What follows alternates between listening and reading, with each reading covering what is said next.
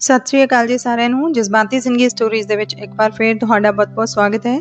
ਨਵੀਂ ਕਹਾਣੀ ਟੈਟੂ ਦੇ ਨਾਲ ਹਾਜ਼ਰ ਹਾਂ ਤੇ ਉਮੀਦ ਕਰਦੀ ਹਾਂ ਤੁਹਾਨੂੰ ਪਸੰਦ ਵੀ ਜ਼ਰੂਰ ਆਵੇਗੀ। ਆਦਤ ਮੁਤਾਬਕ ਅੱਜ ਵੀ ਮੈਂ ਸ਼ਿਫਟ ਸ਼ੁਰੂ ਹੋਣ ਤੋਂ 10-15 ਮਿੰਟ ਪਹਿਲਾਂ ਦਫ਼ਤਰ ਪਹੁੰਚ ਗਈ। ਨੈਂਸੀ ਨੇ ਕੌਫੀ ਦਾ ਕੱਪ ਭਰਿਆ ਤੇ ਸਿੱਧੀ ਮੇਰੇ ਕੋਲ ਆ ਖਲੋਤੀ। ਸੈਂਡੀ, ਖੁਸ਼ੀ ਦੀ ਗੱਲ ਹੈ ਕਿ ਲੰਮੇ ਸਮੇਂ ਤੋਂ ਪਈ ਖਾਲੀ ਪੋਜੀਸ਼ਨ ਭਰ ਲਈ ਗਈ ਆ। ਅੱਜ ਉਸ ਨੂੰ ਫੋਨ ਕਰਕੇ ਦੱਸ ਦੇਵਾਂਗੀ। ਕੋਸ਼ਿਸ਼ ਰਹੇਗੀ ਕਿ ਉਹ ਜਲਦੀ ਤੋਂ ਜਲਦੀ ਜੁਆਇਨ ਕਰ ਲਵੇ। ਨੈਂਸੀ ਨੇ ਕੌਫੀ ਦਾ ਘੁੱਟ ਭਰਦਿਆਂ ਤੇ ਖੁਸ਼ੀ ਦੇ ਰੌਂ 'ਚ ਕਿਹਾ। ਨੈਂਸੀ ਪੁਲਿਸ ਦੇ ਐਡਮਿਨਿਸਟ੍ਰੇਸ਼ਨ ਮਹਿਕਮੇ ਵਿੱਚ ਮੇਰੀ ਮੈਨੇਜਰ ਸੀ। ਕੁਝ ਮਹੀਨੇ ਪਹਿਲਾਂ ਦਫ਼ਤਰ 'ਚ ਇੱਕ ਕਰਮਚਾਰੀ ਦੇ ਰਿਟਾਇਰ ਹੋਣ ਤੇ ਪੋਜੀਸ਼ਨ ਖਾਲੀ ਹੋ ਗਈ। ਨਵੀਂ ਪੋਸਟ ਕੱਢੀ ਗਈ। ਬਹੁਤ ਸਾਰੀਆਂ ਅਰਜ਼ੀਆਂ ਆਈਆਂ। ਅਰਜ਼ੀਆਂ ਛਾਂਟਣ ਵਿੱਚ ਮੈਂ ਨੈਂਸੀ ਦੀ ਮਦਦ ਕੀਤੀ। ਕਈ ਦਿਨ ਇੰਟਰਵਿਊ ਚੱਲਦੇ ਰਹੇ। ਮੈਂ ਵੀ ਇੰਟਰਵਿਊ ਲੈਣ ਵਾਲੇ ਪੈਨਲ ਵਿੱਚ ਬੈਠਦੀ ਰਹੀ। ਮੇਰੇ ਤਜਰਬੇ ਦੇ ਆਧਾਰ ਤੇ ਮੈਨੂੰ ਇਸ ਪੈਨਲ ਲਈ ਚੁਣਿਆ ਗਿਆ ਸੀ।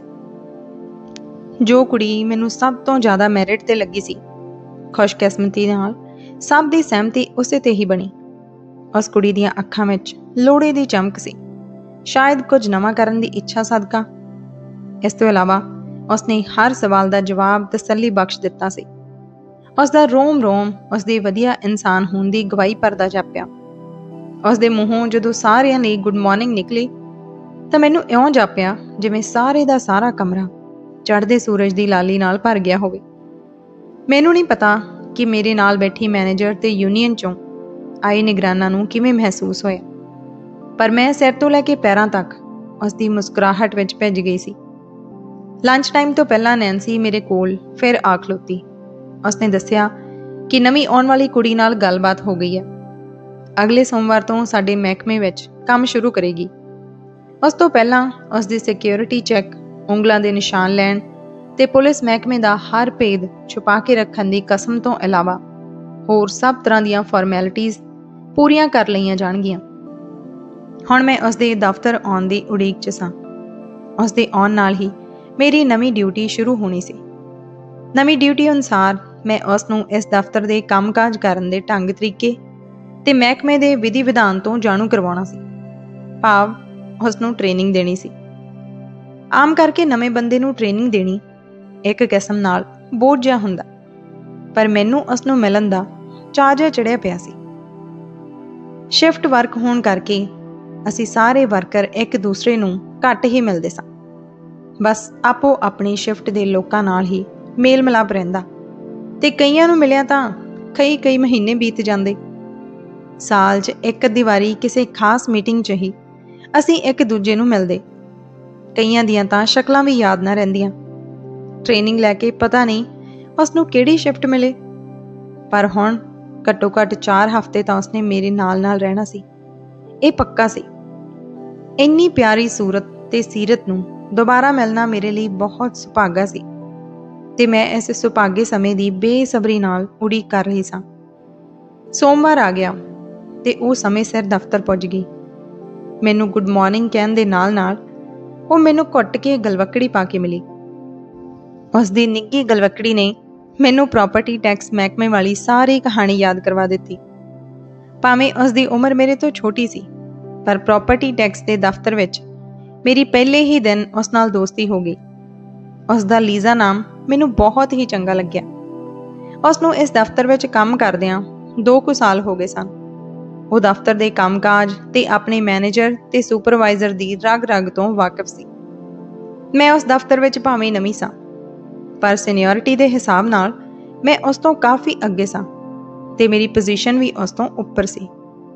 ਇਸ ਲਈ ਮੇਰੀ ਕੁਝ ਝੇਪ ਜਿਹੀ ਵੀ ਮੰਨਦੀ ਸੀ। ਉਸਦਾ ਮੇਰੇ ਨਾਲ ਕੌਫੀ ਬ੍ਰੇਕ ਤੇ ਲੰਚ ਬ੍ਰੇਕ ਤੇ ਜਾਣਾ ਆਮ ਹੋ ਗਿਆ। ਉਸਨੇ 2-3 ਦਿਨਾਂ ਵਿੱਚ ਹੀ ਮੈਨੂੰ ਸੁਪਰਵਾਈਜ਼ਰ ਤੇ ਮੈਨੇਜਰ ਦੇ ਸੁਭਾਅ ਤੋਂ ਜਾਣੂ ਕਰਵਾ ਦਿੱਤਾ। ਮਿਹਨਤੀ ਬਹੁਤ ਸੀ। ਕੀ ਮਜਾਲ ਉਹ ਕਦੇ ਲੇਟ ਹੋਵੇ ਜਾਂ ਇੱਧਰ ਉੱਧਰ ਦੀਆਂ ਗੱਲਾਂ ਵਿੱਚ ਸਮਾਂ ਬਰਬਾਦ ਕਰੇ।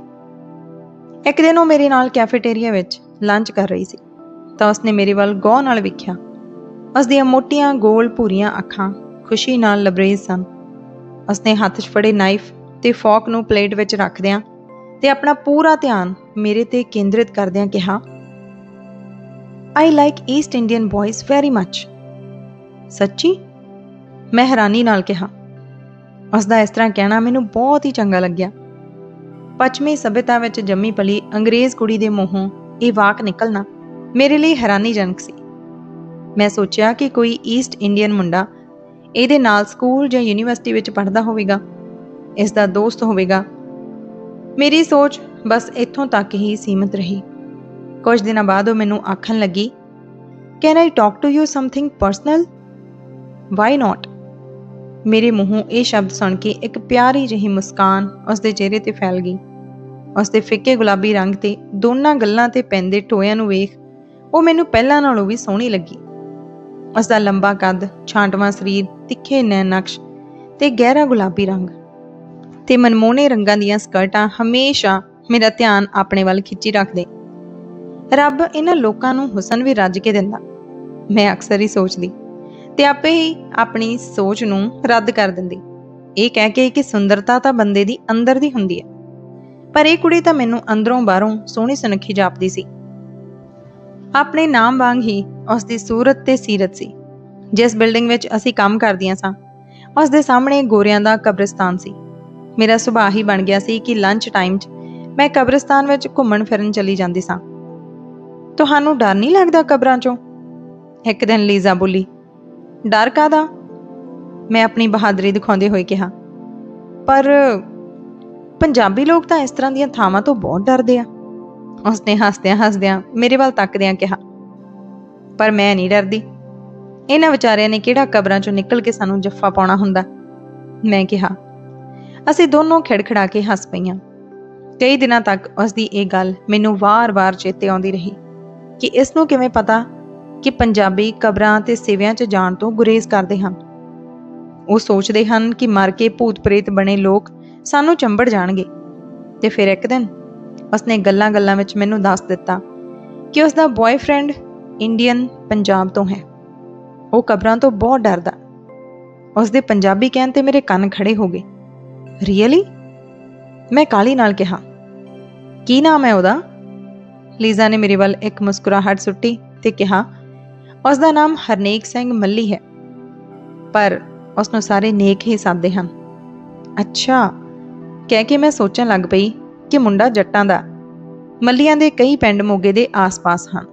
ਹੋ ਸਕਦਾ ਇਹ ਮੋਗੇ ਜ਼ਿਲ੍ਹੇ ਦਾ ਹੀ ਹੋਵੇ। ਕੋਈ ਸਾਕ ਸਕੀਰੀ ਹੀ ਨਿਕਲ ਆਵੇ। ਪੰਜਾਬੀਆਂ ਨੂੰ ਆਦਤ ਵੀ ਆ ਕਿ ਉਹ ਮਿੰਟਾਂ ਸਕਿੰਟਾਂ 'ਚ ਸਕੀਰੀ ਕੱਢ ਲੈਂਦੇ ਆ। ਇਹ ਸੋਚਦਿਆਂ ਮੈਂ ਉਹਨੂੰ ਦੂਸਰਾ ਸਵਾਲ ਕਰ ਦਿੱਤਾ, ਕਿਹੜੇ ਪਿੰਡ ਦਾ? ਉਹ ਮੁਸਕਰਾਈ ਤੇ ਮੇਰੇ ਵੱਲ ਦੇਖਣ ਲੱਗ ਪਈ। ਸ਼ਾਇਦ ਉਸਨੂੰ ਮੇਰਾ ਸਵਾਲ ਚੰਗਾ ਨਹੀਂ ਸੀ ਲੱਗਿਆ। ਭਲਾ ਉਸਨੂੰ ਸਾਡੇ ਪਿੰਡਾਂ ਦਾ ਕੀ ਪਤਾ? ਮੈਂ ਸ਼ਰਮਿੰਦਗੀ ਜਿਹੀ ਨਾਲ ਆਪਣੇ ਆਪ ਨੂੰ ਕਿਹਾ। I don't know. ਲੀਜ਼ਾ ਨੇ ਇਹ ਵੀ ਦੱਸ ਦਿੱਤਾ ਕਿ ਉਹ ਸਕੂਲ ਤੋਂ ਇੱਕ ਦੂਸਰੇ ਨੂੰ ਜਾਣਦੇ ਹਨ। ਪਹਿਲਾਂ ਤਾਂ ਦੋਸਤੀ ਸੀ, ਪਰ ਯੂਨੀਵਰਸਿਟੀ ਤੱਕ ਪਹੁੰਚਦਿਆਂ ਦੋਸਤੀ ਪਿਆਰ ਵਿੱਚ ਬਦਲ ਗਈ ਤੇ ਹੁਣ ਉਹ ਇੱਕ ਦੂਜੇ ਨੂੰ ਬਹੁਤ ਪਿਆਰ ਕਰਦੇ ਹਨ। ਉਹ ਭਾਵੁਕ ਹੋਈ ਨੇਕ ਬਾਰੇ ਕਈ ਕੁਝ ਕਹਿ ਗਈ ਕਿ ਨੇਕ ਉਸਦੀ ਜ਼ਿੰਦਗੀ ਹੈ। ਉਹ ਮੈਨੂੰ ਬਹੁਤ ਪਿਆਰ ਕਰਦਾ ਤੇ ਉਹ ਬਹੁਤ ਸੁਨੱਖਾ। ਮੇਰੇ ਵਿੱਚ ਉਸ ਖੁਸ਼ਕਿਸਮਤ ਮੁੰਡੇ ਬਾਰੇ ਹੋਰ ਜਾਣਕਾਰੀ ਲੈਣ ਦੀ ਉਤਸੁਕਤਾ ਵੱਧ ਗਈ। ਲੀਜ਼ਾ, ਕੀ ਉਹ ਕੈਨੇਡਾ ਦਾ ਜੰਪਲ ਹੈ? ਮੇਰਾ ਅਗਲਾ ਮਹੱਤਵਪੂਰਨ ਸਵਾਲ ਸੀ। ਨੋ, ਉਹ 14 ਸਾਲਾਂ ਦਾ ਸੀ ਜਦੋਂ ਆਪਣੇ ਮਾਂ-ਬਾਪ ਨਾਲ ਕੈਨੇਡਾ ਆਇਆ ਸੀ। ਉਸ ਦੀ ਵੱਡੀ ਭੈਣ ਨੇ ਸਾਰੀ ਫੈਮਿਲੀ ਦਾ ਅਪਲਾਈ ਕੀਤਾ ਸੀ। ਉਹ ਇੱਥੇ ਆ ਕੇ 7ਵੀਂ ਜਮਾਤ ਵਿੱਚ ਦਾਖਲ ਹੋਇਆ। ਅੰਗਰੇਜ਼ੀ ਦੀਆਂ ਵਾਧੂ ਕਲਾਸਾਂ ਲੈ ਕੇ ਉਹ ਦਿਨਾਂ ਵਿੱਚ ਹੀ ਅੰਗਰੇਜ਼ੀ ਬੋਲਣਾ ਤੇ ਲਿਖਣਾ ਸਿੱਖ ਗਿਆ। ਹੁਣ ਤਾਂ ਉਹ ਬਹੁਤ ਵਧੀਆ ਅੰਗਰੇਜ਼ੀ ਬੋਲਦਾ। ਲੀਜ਼ਾ ਦੇ ਲਹਿਜ਼ੇ ਵਿੱਚ ਉਸ ਦੀ ਪ੍ਰਸ਼ੰਸਾ ਸੀ ਤੇ ਦਿਲ ਵਿੱਚ ਮਾਣ ਮਹਿਸੂਸ ਕਰ ਰਹੀ ਸੀ। ਕੀ ਕੰਮ ਕਰਦਾ? ਉਹ ਐਮਕੋ ਪੈਟਰੋਲੀਅਮ ਵਿੱਚ ਕੰਮ ਕਰਦਾ, ਉਸਨੇ ਛੇਤੀ ਨਾਲ ਜਵਾਬ ਦਿੱਤਾ। ਲੀਜ਼ਾ ਨੇ ਸਵਾਲੀਆ ਨਜ਼ਰਾਂ ਨਾਲ ਮੇਰੇ ਵੱਲ ਤੱਕਿਆ ਤੇ ਕਿਹਾ, do you know him? No, I don't, ਮੈਂ ਕਿਹਾ। ਮੈਂ ਲੀਜ਼ਾ ਨਾਲ ਆਪਣੀ ਸਾਂਝ ਪੱਕੀ ਕਰਨ ਲਈ ਬਿਨਾਂ ਸੋਚੇ ਸਮਝੇ ਪੰਜਾਬੀ ਸੁਭਾਅ ਅਨੁਸਾਰ ਕਹਿ ਦਿੱਤਾ ਕਿ ਤੂੰ ਨੇਕ ਕੋਲ ਮੇਰੇ ਬਾਰੇ ਗੱਲ ਜ਼ਰੂਰ ਕਰੀ। ਹੋ ਸਕਦਾ ਉਹ ਮੈਨੂੰ ਜਾਣਦਾ ਹੋਵੇ। ਜੇਕਰ ਉਹ ਨਾ ਜਾਣਦਾ ਹੋਇਆ ਤਾਂ ਹੋ ਸਕਦਾ ਉਸਦੇ ਮਾਂ-ਬਾਪ ਜ਼ਰੂਰ ਜਾਣਦੇ ਹੋਣਗੇ। ਦਫ਼ਤਰ ਆ ਕੇ ਮੈਂ ਇੱਕ ਕਾਗਜ਼ 'ਤੇ ਆਪਣਾ ਨਾਮ ਤੇ ਪਿੰਡ ਦਾ ਨਾਮ ਲਿਖ ਕੇ ਉਸਦੇ ਡੈਸਕ 'ਤੇ ਜਾ ਕੇ ਦੇ ਆਈ ਤੇ ਕਿਹਾ, ਲੀਜ਼ਾ, ਇਹ ਆਪਣੇ ਬॉयਫ੍ਰੈਂਡ ਨੂੰ ਦੇ ਦੇਵੀਂ। ਹੋ ਸਕਦਾ ਉਸਦੇ ਮਾਂ-ਬਾਪ ਤੇ ਉਹ ਮੈਨੂੰ ਜਾਣਦਾ ਹੀ ਹੋਵੇ। ਜ਼ਰੂਰ ਦੇਵਾਂਗੀ। ਅੱਜ ਸ਼ਾਮੀ ਉਸਨੇ ਮੈਨੂੰ ਮਿਲਣਾ। ਉਸਨੇ ਮੇਰਾ ਨਵਾਂ ਅਪਾਰਟਮੈਂਟ ਦੇਖਣ ਆਉਣਾ ਤੇ ਹੋ ਸਕਦਾ ਅੱਜ ਰਾਤ ਉਹ ਮੇਰੇ ਕੋਲ ਹੀ ਰਹੇ। ਉਸਦੇ ਡੈਸਕ ਤੇ ਪਈ ਫੋਨ ਦੀ ਘੰਟੀ ਖੜਕ ਪਈ। ਉਸਨੇ ਮੇਰੇ ਤੋਂ ਮੁਆਫੀ ਮੰਗਦਿਆਂ ਫੋਨ ਨੂੰ ਹੱਥ ਪਾ ਲਿਆ ਤੇ ਮੈਂ ਆਪਣੇ ਡੈਸਕ ਤੇ ਵਾਪਸ ਆ ਗਈ। ਛੁੱਟੀ ਦਾ ਵਕਤ ਹੋ ਗਿਆ। ਅਸੀਂ ਦੋਨੋਂ ਪਾਰਕਿੰਗ ਲੋਟ ਤੱਕ ਇਕੱਠੀਆਂ ਆਈਆਂ ਤੇ ਗੁੱਡ ਨਾਈਟ ਤੇ ਹੈਵ ਅ ਨਾਈਸ ਵੀਕਐਂਡ ਕਹਿ ਕੇ ਆਪੋ ਆਪਣੀਆਂ ਕਾਰਾਂ ਵਿੱਚ ਬੈਠ ਗਈਆਂ। ਇਸ ਤੋਂ ਬਾਅਦ ਉਹ ਮੈਨੂੰ ਸੋਮਵਾਰ ਨੂੰ ਮਿਲੀ। ਉਹ ਕੁਝ ਬਦਲੀ ਜਾਪੀ। ਉਸਦੇ ਚਿਹਰੇ ਤੇ ਪਹਿਲਾਂ ਵਾਲੇ ਹਾਵ ਭਾਵ ਨਹੀਂ ਦਿਸੇ। ਉਹ ਮੇਰੇ ਨਾਲ ਗੱਲ ਕਰਦੀ ਤਾਂ ਸੀ, ਪਰ ਨਜ਼ਰਾਂ ਚੁਰਾ ਕੇ। ਕੋਈ ਗੱਲ ਹੋਣੀ ਆ, ਮੈਂ ਸੋਚਣ ਲੱਗ ਪਈ। ਜੀ ਤਾਂ ਕੀਤਾ ਸੀ ਕਿ ਉਸ ਤੋਂ ਇਸ ਬਾਰੇ ਪੁੱਛਾਂ, ਪਰ ਇਹ ਸੋਚ ਕੇ ਚੁੱਪ ਹੋ ਗਈ ਕਿ ਗੋਰਿਆਂ ਨਾਲ ਸਾਡੀ ਕਾਹਦੀ ਸਾਂਝ ਆ। ਇਹ ਨਿਰਮੋਹੇ ਹੁੰਦੇ ਨੇ। ਹੁਣ ਉਹ ਮੇਰੇ ਤੋਂ ਦੂਰ ਰਹਿਣ ਲੱਗ ਪਈ। ਕੰਮ ਦੀ ਗੱਲ ਤੋਂ ਬਿਨਾਂ ਕੋਈ ਹੋਰ ਗੱਲ ਸਾਂਝੀ ਨਾ ਕਰਦੀ। ਨਾ ਉਹ ਮੇਰੇ ਨਾਲ ਕਦੇ ਕਾਫੀ ਬ੍ਰੇਕ ਤੇ ਜਾਂਦੀ ਤੇ ਨਾ ਹੀ ਲੰਚ ਤੇ ਜਾਣ ਲਈ ਆਖਦੀ। ਮੈਂ ਉਦਾਸ ਹੋਣ ਦੇ ਨਾਲ ਹੈਰਾਨ ਸਾਂ। ਕੋਈ ਕਿਵੇਂ ਬਿਨਾਂ ਕਾਰਨ ਦੱਸੇ ਇਉਂ ਮੂੰਹ ਮੋੜ ਲੈਂਦਾ। ਇਸੇ ਤਰ੍ਹਾਂ ਕੁਝ ਮਹੀਨੇ ਬੀਤ ਗਏ। ਪੁਲਿਸ ਡਿਪਾਰਟਮੈਂਟ 'ਚ ਨਵੀਂ ਪੋਸਟਿੰਗ ਆਈ ਤੇ ਮੈਂ ਅਪਲਾਈ ਕਰ ਦਿੱਤਾ। ਚੰਗੀ ਕਿਸਮਤ ਨੂੰ ਉਹ ਪੋਜੀਸ਼ਨ ਮੈਨੂੰ ਮਿਲ ਗਈ ਤੇ ਲੀਜ਼ਾ ਮੇਰੇ ਚੇਤੇ 'ਚੋਂ ਨਿਕਲ ਗਈ। ਤੇ ਫਿਰ ਜਦੋਂ ਅਰਜ਼ੀਆਂ ਦੇ ਢੇਰ ਵਿੱਚੋਂ ਮੈਂ ਉਸਦੀ ਅਰਜ਼ੀ ਛਾਂਟੀ ਤਾਂ ਮੈਂ ਕੁਝ ਚੰਗਾ ਮਹਿਸੂਸ ਕੀਤਾ। ਕੁੜੀ ਤਾਂ ਬਹੁਤ ਚੰਗੀ ਸੀ, ਪਰ ਪਤਾ ਨਹੀਂ ਕਿਉਂ ਮੇਰੇ ਤੋਂ ਦੂਰ ਹੋ ਗਈ। ਇੱਕ ਵਾਰੀ ਤਾਂ ਦਿਮਾਗ 'ਚ ਆਇਆ ਕਿ ਇਸ ਬਾਰੇ ਕੁਝ ਨੈਗੇਟਿਵ ਕਹਿ ਦੇਵਾਂ, ਪਰ ਆਤਮਾ ਨੇ ਅਜਿਹਾ ਕਰਨ ਦੀ ਹਾਮੀ ਨਾ ਭਰੀ। ਪੁਲਿਸ ਮਹਿਕਮੇ ਵਿੱਚ ਆ ਕੇ ਉਸਦਾ ਗਲਵੱਕੜੀ ਪਾਉਣਾ ਮੇਰੇ ਲਈ ਜਿੱਥੇ ਅਚੰਭਾ ਸੀ, ਉੱਥੇ ਖੁਸ਼ੀਆਂ ਭਰਿਆ ਪੈਗਾਮ ਵੀ ਸੀ। ਹਸਾਉਣ ਲਈ ਇਸ਼ਾਰਾ ਸੀ। ਨਵੇਂ ਰਿਸ਼ਤੇ ਦੀ ਸ਼ੁਰੂਆਤ ਸੀ। ਪਰ ਇਸ ਸਭ ਕਾਸੇ ਦੇ ਬਾਵਜੂਦ ਮੈਂ ਕੁਝ ਜ਼ਿਆਦਾ ਆਪਣਾਪਨ ਨਾ ਦਿਖਾਈ। ਨਾ ਹੀ ਉਸਦੇ ਪੰਜਾਬੀ ਬॉयਫ੍ਰੈਂਡ ਬਾਰੇ ਗੱਲ ਛੇੜੀ ਤੇ ਨਾ ਹੀ ਉਸਨੇ ਕੋਈ ਗੱਲ ਕੀਤੀ। ਉਹ ਕਈ ਦਿਨ ਮੇਰੇ ਨਾਲ ਦਫ਼ਤਰ ਵਿੱਚ ਤੁਰਦੀ ਫਿਰਦੀ ਰਹੀ, ਕੰਮ ਸਿੱਖਦੀ ਰਹੀ, ਆਪਣੀ ਕਾਪੀ ਤੇ ਆਪਣੇ ਨੋਟਸ ਲਿਖਦੀ ਤੇ ਕੰਮ 'ਚ ਪੂਰਾ ਧਿਆਨ ਲਾਉਂਦੀ। ਵਿੱਚ ਨੈਂਸੀ ਵੀ ਮੇਰੇ ਤੋਂ ਪੁੱਛ ਜਾਂਦੀ ਕਿ ਕਿਸ ਤਰ੍ਹਾਂ ਚੱਲ ਰਿਹਾ। ਮੈਂ ਉਸਦੀ ਲੋੜ ਤੋਂ ਵੱਧ ਚੰਗੀ ਰਿਪੋਰਟ ਪੇਸ਼ ਕਰਦੀ। 10 ਕੁ ਦਿਨਾਂ ਬਾਅਦ ਮੇਰੀ ਨਿਗਾਹ ਉਸਦੇ ਖੱਬੇ ਹੱਥ ਤੇ ਪੈ ਗਈ। ਹੱਥ ਦੇ ਪਿਛਲੇ ਪਾਸੇ ਟੈਟੂ ਬਣਿਆ ਹੋਇਆ ਸੀ। ਇਹ ਤਾਂ ਖੰਡਾ ਲੱਗਦਾ, ਮੈਂ ਆਪਣੇ ਆਪ ਨੂੰ ਕਿਹਾ। ਮੈਂ ਹੋਰ ਗੌਰ ਨਾਲ ਦੇਖਿਆ, ਸੱਚਮੁੱਚ ਹੀ ਖੰਡਾ ਸੀ। ਉਸਨੇ ਮੈਨੂੰ ਟੈਟੂ ਵੱਲ ਦੇਖਦਿਆਂ ਦੇਖ ਲਿਆ। ਲੀਜ਼ਾ ਨੂੰ ਪਤਾ ਲੱਗ ਗਿਆ ਕਿ ਹੁਣ ਕਿਸੇ ਨਾ ਕਿਸੇ ਦਿਨ ਇਸ ਖੰਡੇ ਵਾਲੇ ਟੈਟੂ ਬਾਰੇ ਸਵਾਲ ਤਾਂ ਹੋਵੇਗਾ ਹੀ। ਸ਼ਾਇਦ ਉਸਨੇ ਇਹ ਸੋਚ ਕੇ ਆਪ ਹੀ ਗੱਲ ਛੇੜ ਲਈ। ਦਿਸ ਟੈਟੂ। ਉਸਦੇ ਮੂੰਹੋਂ ਨਿਕਲਿਆ ਹੀ ਸੀ ਕਿ ਫੋਨ ਦੀ ਘੰਟੀ ਖੜਕ ਪਈ। ਕਿਉਂਕਿ ਉਹ ਟ੍ਰੇਨਿੰਗ ਤੇ ਸੀ, ਇਸ ਲਈ ਮੈਂ ਆਪ ਫੋਨ ਚੱਕਣ ਦੀ ਬਜਾਏ ਉਸਨੂੰ ਇਸ਼ਾਰਾ ਕੀਤਾ। ਟੈਟੂ ਵਾਲੀ ਗੱਲ ਵਿੱਚ ਹੀ ਰਹਿ ਗਈ। ਇਸ ਤੋਂ ਕੁਝ ਦਿਨਾਂ ਬਾਅਦ ਲੀਜ਼ਾ ਕੁਝ ਵੱਖਰੇ ਮੂਡ ਵਿੱਚ ਸੀ। ਮੈਨੂੰ ਜਾਪਿਆ ਜਿਵੇਂ ਉਹ ਮੇਰੇ ਨਾਲ ਬਹੁਤ ਸਾਰੀਆਂ ਗੱਲਾਂ ਕਰਨਾ ਚਾਹੁੰਦੀ ਹੈ। ਮੈਂ ਸ਼ੁਰੂ ਕਰਨ ਦਾ ਮੌਕਾ ਉਸਨੂੰ ਹੀ ਦੇਣਾ ਚਾਹੁੰਦੀ ਸਾਂ, ਕਿਉਂਕਿ ਮੈਂ ਸੋਚ ਰੱਖਿਆ ਸੀ ਕਿ ਮੈਂ ਉਸਦੀ ਨਿੱਜੀ ਜ਼ਿੰਦਗੀ ਬਾਰੇ ਕੁਝ ਨਹੀਂ ਕਹਿਣਾ ਤੇ ਨਾ ਕੋਈ ਸਵਾਲ ਕਰਨਾ ਹੈ।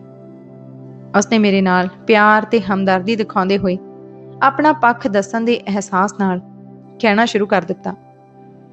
ਜਿਸ ਦਿਨ ਮੈਂ ਤੇਰਾ ਨਾਮ ਤੇ ਪਿੰਡ ਦੇ ਨਾਮ ਵਾਲੀ ਸਲਿੱਪ ਨੇਕ ਨੂੰ ਦਿਖਾਈ ਤਾਂ ਉਹ ਬਹੁਤ ਗੁੱਸੇ ਵਿੱਚ ਆ ਗਿਆ ਤੇ ਕਹਿਣ ਲੱਗਾ ਕਿ ਦਫ਼ਤਰ ਵਿੱਚ ਕਿਸੇ ਵੀ ਈਸਟ ਇੰਡੀਅਨ ਪੰਜਾਬੀ ਨਾਲ ਕੋਈ ਗੱਲ ਨਹੀਂ ਕਰਨੀ। ਇਹ ਲੋਕ ਬਹੁਤ ਬੁਰੇ ਹੁੰਦੇ ਹਨ ਪਿਆਰ ਮੁਹੱਬਤ ਦੇ ਮਾਮਲੇ ਵਿੱਚ।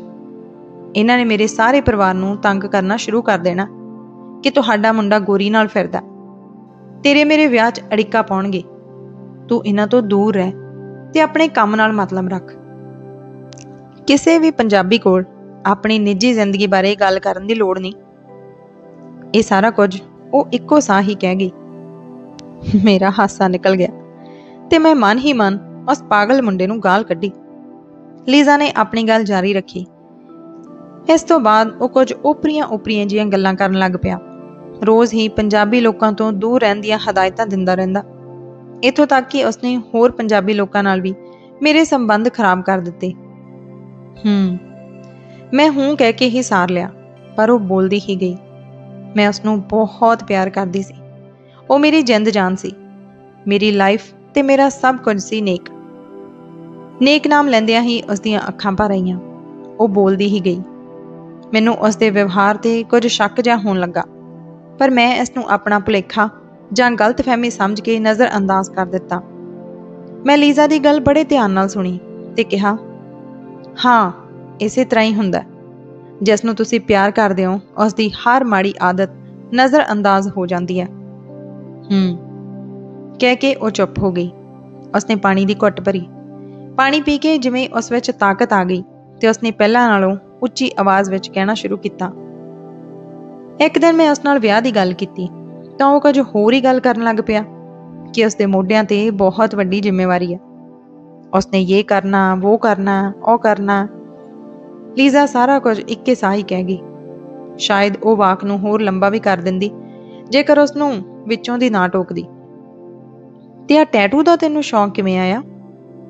मैं अपने ते जोर दे के पुछ ही लिया। लै सुण, एक दिन वो मैनू टैटू वाली दुकान ते लै गया। उसने भी अपने सज्जे हाथ ते बिल्कुल इसे तरह का टैटू बनवा लिया ते मेरे हाथ ते भी बनवा दिता। शुरू शुरू च मैनू ये बहुत सोहना लगता सी, पर हुण इस नूं देख के रोण आ जांदा। कहंदी कहंदी दी उसदी आवाज़ भारी हो गई। इन्ने नूं एक पुलिस अफसर दफ्तर विच आ धमकिया। पुलिस अफसर ने आउंदे सार ही लीजा दा टैटू वाला हथ फड़ लिया। उसदे टैटू वाल देख के कहन लगा, आर यू सिख? ते उच्ची उच्ची हस पिया। लीजा ने नां विच सिर हिलाया। पुलिस अफसर दे मोढे उतला रेडियो बोल पिया ते वो हैलो हैलो करदा चला गया। मैं अपना सारा ध्यान लीजा ते केंद्रित कर दिता।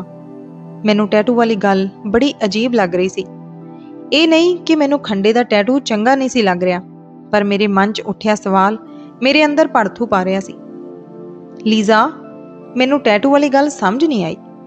ये सिख धर्म का धार्मिक निशान है, चंगा है, सोहना है, पर इसका तेरे ते नेक दे विआह नाल की संबंध है? मैं ना चाहती हुई ने भी पूछ लिया। लीजा हस पई, फिर कुछ उदास हो गई। मैं उसदा ते अपना कॉफ़ी वाला कप चुकिया ते दोनों कप्पां विच कॉफ़ी पा लई ते दोबारा कुर्सी ते आ बैठी। लीजा मेरे सामने वाली कुर्सी ते बैठी सी, पर हुण उसने कुर्सी खिंच के मेरे बराबर बिल्कुल मेरे नाल कर लई। मैनू लग्या जिवें आगाह वाली गल करन लई उसनूं मेरे सहारे दी लोड़ है। इसे तरह ही होया। उसने मेरा हाथ फड़ लिया ते अपनियां अखां मेरे चेहरे ते टिका लईआं। उसदियां अखां विच सवालां ते जवाबां दा हड़ आ गया जापदा सी। कुछ पल वो चुप रही ते फिर तो अपना टैटू वाला हथ मेरे अगे करके बोली, are you sick too? Yes yes, मैं पूरे विश्वास नाल जवाब दिता। लीजा ने मेरा हाथ होर घुट के फड़ लिया। उसदियां अखां चों दो हंझू करके मेरे हथ ते डिग पे। उसने डेस्क तो नैपकिन चुक्या ते मेरे हथ नूं साफ किया ते भारी आवाज़ विच बोली, नेक कहंदा सी कि यह निशान तेरे ते मेरे विचले प्यार, विश्वास ते वादे दी निशानी है। ये साडे प्यार दा गवाह है। ये उसदे गुरु वल्लों असीस है।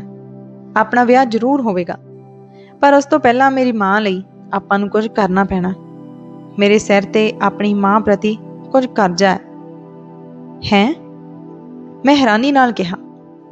उसने अपनी गल जारी रखी। एक दिन नेक मैनू अपनी मां नाल मिलाउण वास्ते लै गया।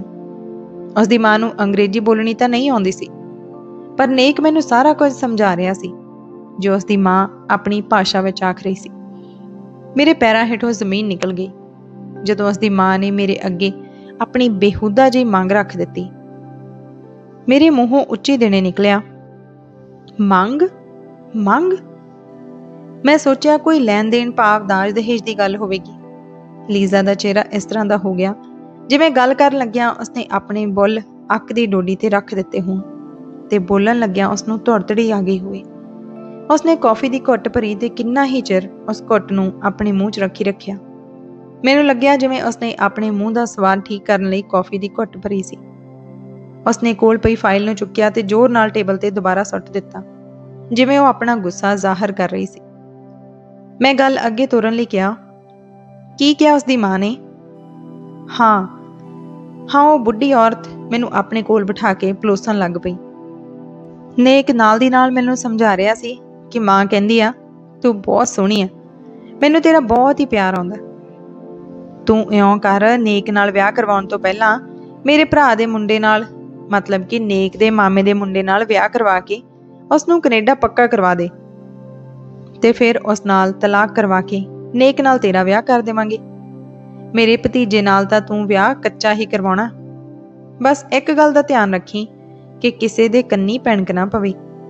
काम कुम ते किसी पंजाबी नाल गलबात करन दी जरूरत नहीं, साडे लोग बनदा काम खराब कर दिंदे आ। उसदी अखां फिर नम हो गईयां। वो अखां पूंझदी होई दोबारा फुट पई। नेक दी मां ये सब कुछ कह के मेरा टैटू वाला हथ पलोसन लग पई ते टैटू वाल इशारा करके आखन लगी, धीए आ वाहिगुरू तुहाडी राखी करेगा। लीजा दियां गल्लां सुन के मेरे अंदर सन्नाटा छा गया। मैनू कुछ सोझ ही नहीं सी रहा कि लीजा नू किवें हौसला दियां। मैं बोलण लई शब्द लभ रही सी, पर शब्द तां जिवें शर्मसार होई किते लुक गए प्रतीत हुंदे सन। लीजा ने बहुत ही लंबा साह लिया ते सिसकियां भरन लगी। इस तो अगले शब्द कहण विच उसनूं दिक्कत आ रही सी, पर उसने अपने आप नूं इकट्ठा करके ताड़ी मारी ते कहा। मैं उसदी मां कोलों उठ के घरों बाहर हो गई। ओ माय गॉड, मेरे मूहों आप मुहारे निकलिया। मैं लीजा दे चेहरे वाल लगातार देख रही सां। लीजा ने फिर कॉफी दी घुट भरी, खिचवां जिहा साह लिया ते बोली, नेक मेरे पिछे आया, पर मैं उसदी एक नहीं सुनी। घर दे बाहर खड़ मैं टैक्सी नूं फोन किया ते अपने अपार्टमेंट पहुंच गई। जिवें ही उसने ये शब्द कहे, लीजा कुर्सी तो उठ खड़ी हुई ते मैनूं गलवकड़ी पा लई।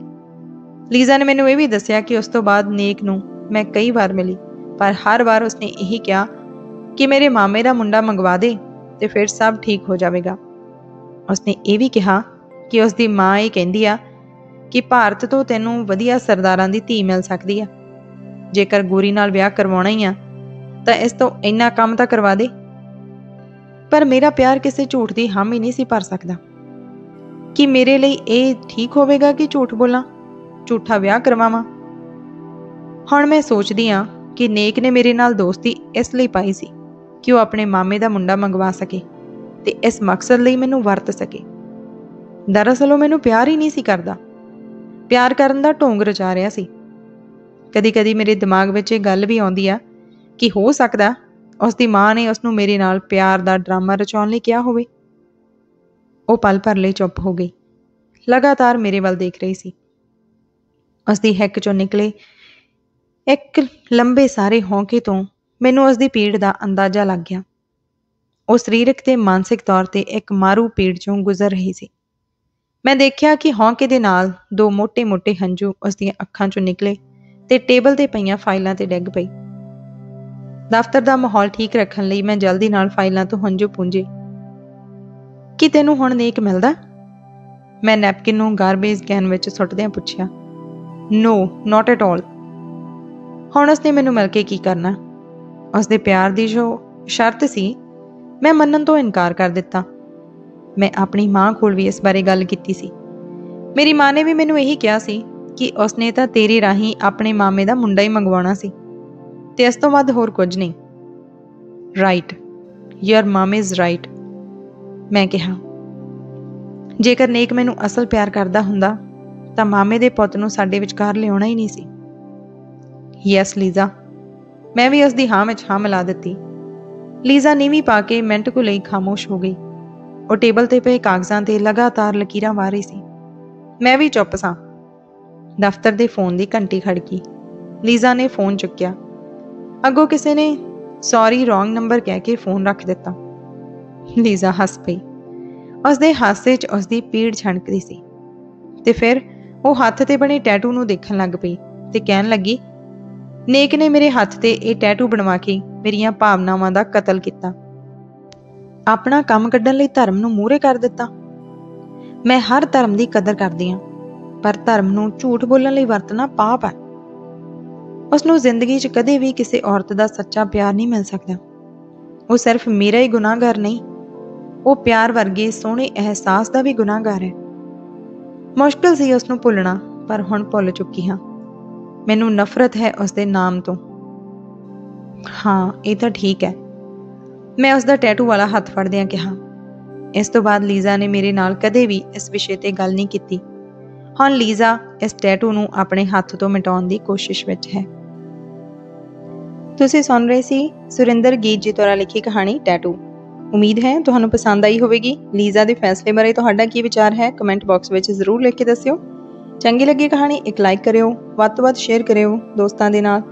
ਤੇ ਜੇਕਰ ਚੈਨਲ ਨੂੰ ਪਹਿਲੀ ਵਾਰ ਸੁਣ ਰਹੇ ਹੋ ਤਾਂ ਪਲੀਜ਼ ਸਬਸਕ੍ਰਾਈਬ ਜ਼ਰੂਰ ਕਰ ਲਿਓ।